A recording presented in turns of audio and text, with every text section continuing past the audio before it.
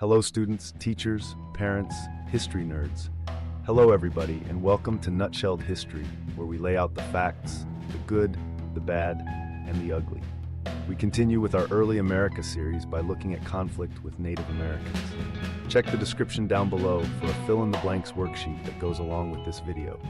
I just ask that you like and subscribe. I apologize in advance for any mispronunciations. I do my best. Okay, it's time to roll. As American settlers moved west in the early 1800s, they often attacked American Indians to force them to give up their land. American Indians, in turn, attacked settlers to protect their way of life. Both groups also used violence to retaliate when they felt unfairly treated. The United States government made several peace agreements with different tribes, but often broke them. Settlers and government officials tried to persuade American Indians to adopt farming and to sell land they could not use.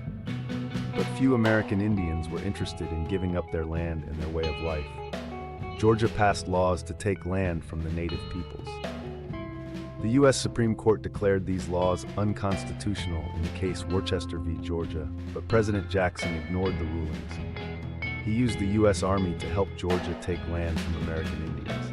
In 1830, the U.S. Congress passed the Indian Removal Act, which Andrew Jackson signed. This law allowed the federal government to force American Indians to move west. The government would take Indian lands in the east and give them other land west of the Mississippi River. They were given lands in what are now Kansas and Oklahoma. Threatened by the U.S. military, most American Indian groups signed treaties agreeing to removal. They were forced to give up their homes and most possessions and to trek hundreds of miles. Most did not have adequate food, clothing, or shoes. Thousands died on the Trail of Tears.